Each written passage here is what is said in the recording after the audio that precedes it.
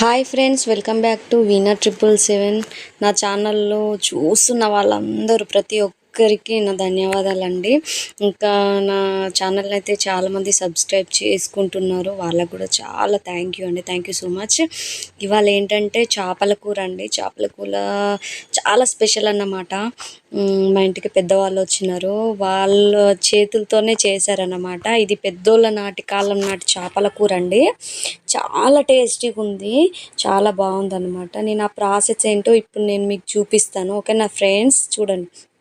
చూసారా ఫ్రెండ్స్, నోరు ఊరిపోతుంది చేపల కూరను చూస్తుంటే.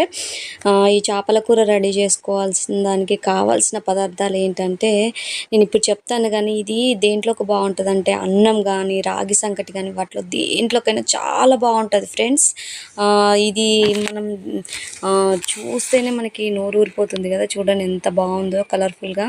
దీనికి కావాల్సింది 4 ఉల్లిగడ్డలండి. ఉల్లిగడ్డలని మనం కట్ చేసుకోకుండా ఇలా రోట్లో వేసి దంచుకోవాలంట. ఇలా దంచుకున్న తర్వాత దీంట్లో ఉన్న రసమే చాలా టేస్ట్ వస్తుందట అండి. ఇలా దంచుకుంటేనే చాలా బాగుంటుందట కర్రీ. ఇలా ఉల్లిపాయలను అయితే దంచుకోవాలి. 4 ఉల్లిపాయలు తీసుకున్నాడండి, 4 దంచేసుకున్నారు. ఇలా దంచుకున్న తర్వాత ఏంటంటే దీన్ని ఒక పక్కన పెట్టేసుకోవాలి. తర్వాత ఏంటంటే సేమ్ యాజ్ ఇట్ ఈస్గానే టమాటోస్ కూడా తీసుకోవాలన్నమాట. టమాటోస్ ఒక 3 టమాటోస్ తీసుకోవాలి. ఈ టమాటోలను తీసుకున్న తర్వాత దీన్ని సగానికి కట్ చేసుకోవాలి ఫ్రెండ్స్. ఇలా సగానికి కట్ చేసుకున్న తర్వాత వీటి మధ్యలో కాడ ఉంటుంది కదా ఫ్రెండ్స్, ఈ కాడనైతే మర్చిపోకుండా తీసేసేయండి. ఎందుకంటే ఇది హెల్త్కి మంచిది కాదనమాట. అందుకోసమని దాన్ని కట్ చేయాలి. ఏంటంటే ఇది ఉంటే ఏంటంటే అదేట జీర్ణం కాదనమాట. అందుకోసమనే దీన్ని తీసేసేయాలి. ఇలా తీసుకున్న తర్వాత ఏంటంటే ఈ టమాటోస్ని కూడా మనం స్మాష్ చేయాలన్నమాట.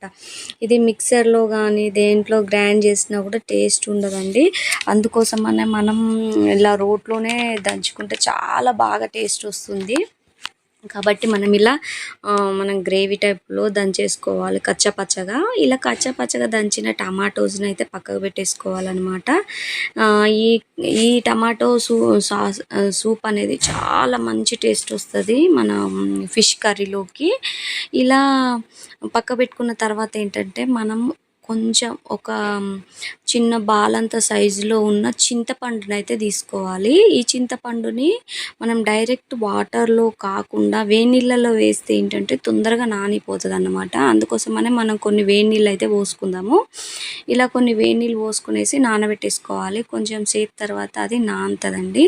ఒక ప్యాన్ తీసుకొని దాంట్లో ఆవాలు, మెంతులు, జీలకర్ర వేసేసి వేపుకోవాలన్నమాట. మంచిగా స్మెల్ వచ్చేలాగా వేపుకున్న తర్వాత దీన్ని తీసి మనం రోట్లో దంచుకోవాలండి. రోట్లో దంచుకుంటే చాలా మంచి టేస్ట్ వస్తుంది. అదే కదా చెప్పేది, పాతకాలంలో వాళ్ళు అలాగనే చేశారు, అదే చెప్తున్నాడు.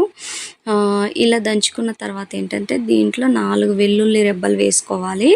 ఈ 4 వెల్లుల్లి రెబ్బలు వేసుకునేసి దీన్ని కూడా మంచిగా ఇలా దంచేసుకోవాలి. ఒక ముద్దలాగా అవుతుందండి. ఇలా అయిన తర్వాత దీన్ని తీసుకొని పక్క పెట్టేసుకోవాలన్నమాట. ఇలా తీసుకొని పక్క పెట్టి దీన్ని నూరుతుంటే చాలా మంచి స్మెల్ వస్తుందండి. అసలు చాలా బాగుంది ఇది. ఈ మసాలా అనేది చాలా మంచి స్మెల్ వస్తుంది. ఇలా తీసుకున్న తర్వాత ఒక పక్క పెట్టేసుకొని ఒక ప్యాన్ అయితే తీసుకోవాలి. ఇలా ప్యాన్ తీసుకొని దాంట్లో ఒక 2 స్పూన్స్ అయితే ఆయిల్ వేసుకోవాలి. దీంట్లో ఆయిల్ వేడైనాక జీలకర్ర, 3 ఎండుమిర్చీలు అండ్ మనం గ్రేవీ చేసి పెట్టుకున్న ఉల్లిగడ్డలు, ఇంకా కొంచెం 1/2 స్పూన్ అంతా పసుపు వేసుకున్నాలండి. ఇలా వేసుకొని కొంచెం కలుపుకున్న తర్వాత మంచి స్మెల్ వచ్చే కరివేపాకులు అయితే వేసుకోవాలన్నమాట. ఇలా వేసుకుంటే కర్రీ చాలా టేస్ట్ ఉంటుంది. తర్వాత ఈ టమాటాని మనం దంచుకున్నాం కదా, ఈ టమాటోలను కూడా దీన్ని వేసేసుకోవాలి. ఇలా వేసుకొని రుచికి సరిపడినంత ఉప్పు వేసుకొని కలిపేసుకోవాలండి. ఇలా కలుపుకున్నాక ఆయిల్ కొంచెం పైకి తేరుకునేదాకా దాన్ని అయితే మనం ఉడకనివ్వాలి.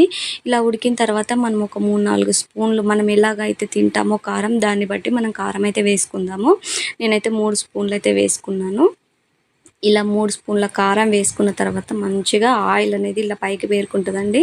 తర్వాత ఈ చింతపండును మంచిగా చిక్కగా పిసుక్కొని ఈ పులుసులో, ఈ కర్రీలో పోసేసుకోవాలన్నమాట. ఫస్ట్ చింతపండుని చిక్కగానే పోసుకోవాలండి. తర్వాత మన టేస్ట్ ఎలాగ ఉంటుందో దానికి తగ్గట్టుగా మనము ఈ పులుసులో వాటర్ అయితే వేసుకోవాలి. ఇలా వాటర్ వేసుకొని మనకి తగపడినంత సాల్ట్ అయితే వేసుకోవాలి. ఇలా తగ్గంత సాల్ట్ వేసుకొని ఒక్కసారి కలుపుకున్న తర్వాత ఇదొక్కసారి ఉడికిన తర్వాత దాంట్లో మనం క్లీన్ చేసుకున్న ఫిష్ ముక్కలనైతే వేసేసుకుందామండి. చాలా ఫ్రెష్‌గా ఉన్నాయి ఫిషెస్ అయితే. ఈ ఫిష్ ముక్కలని ఉడుకుతున్న సూప్‌లో వేసేసుకోవాలన్నమాట మంచిగా. ఇలా వేసుకున్న తర్వాత మనం ఈ ఫిష్ ముక్కలు మనం అస్సలు ఒకసారి ఫిష్ ముక్కలను మనం సూప్‌లో వేసిన తర్వాత మనం గరిటె పెట్టి కలపకూడదండి. ఎందుకంటే అవి విచ్చుకుపోతాయి కాబట్టి ఇలా గిన్నెని తిప్పాలి. ఇలా తిప్పుతూ మంచిగా ఎంత మంచిగా వీలైతే అంత మంచిగా తిప్పేసుకొనేసి మూత పెట్టేసుకోవాలన్నమాట. ఇలా మూత పెట్టేసుకొని కొంచెం సేపు మగ్గనిచ్చిన తర్వాత ఇలా బుగ్గలు వస్తూ ఉంటాయి కదండీ! అలాంటప్పుడు మళ్ళొక్కసారి తిప్పేసుకోవాలి. ఇలా తిప్పిన తర్వాత ఏంటంటే మనం ముందుగా తయారు చేసి పెట్టుకున్న మసాలా ఉంది కదండీ! ఈ మసాలాని మనం దాంట్లో వేసేసుకోవాలి. ఇలా వేసేసుకొనేసి మంచిగా మళ్ళీ ఒకసారి సూప్ అంతా కలిసేలాగా తిప్పేసుకోవాలి. ఇలా తిప్పుకొనేసి ఒకసారి మూత పెట్టేసుకోవాలన్నమాట. మూత పెట్టేసి మగ్గనివ్వాలండి మంచిగా. ఇలా లాస్ట్ మగ్గి చాలా మంచి స్మెల్ వస్తది కర్రీ లాస్ట్‌కి. ఇంకా లాస్ట్‌కి వచ్చేసిందన్నమాట. చాలా బాగుంది కర్రీ అయితే. సూపర్‌గా ఉంది. నోరూరిపోతుంది. దీంట్లో లాస్ట్‌కి కొత్తిమీర జల్లేసి పక్కన పెట్టేసుకోవాలండి. సూపర్‌గా ఉంది కర్రీ. రెడీ అయ్యిందండి. చాలా బాగుంది. మీరు కూడా ట్రై చేసి చూడండి. నచ్చితే లైక్ చేయండి, షేర్ చేయండి అండ్ సబ్స్క్రైబ్ చేసుకోండి ఫ్రెండ్స్. ఖచ్చితంగా ట్రై అయితే చేయండి.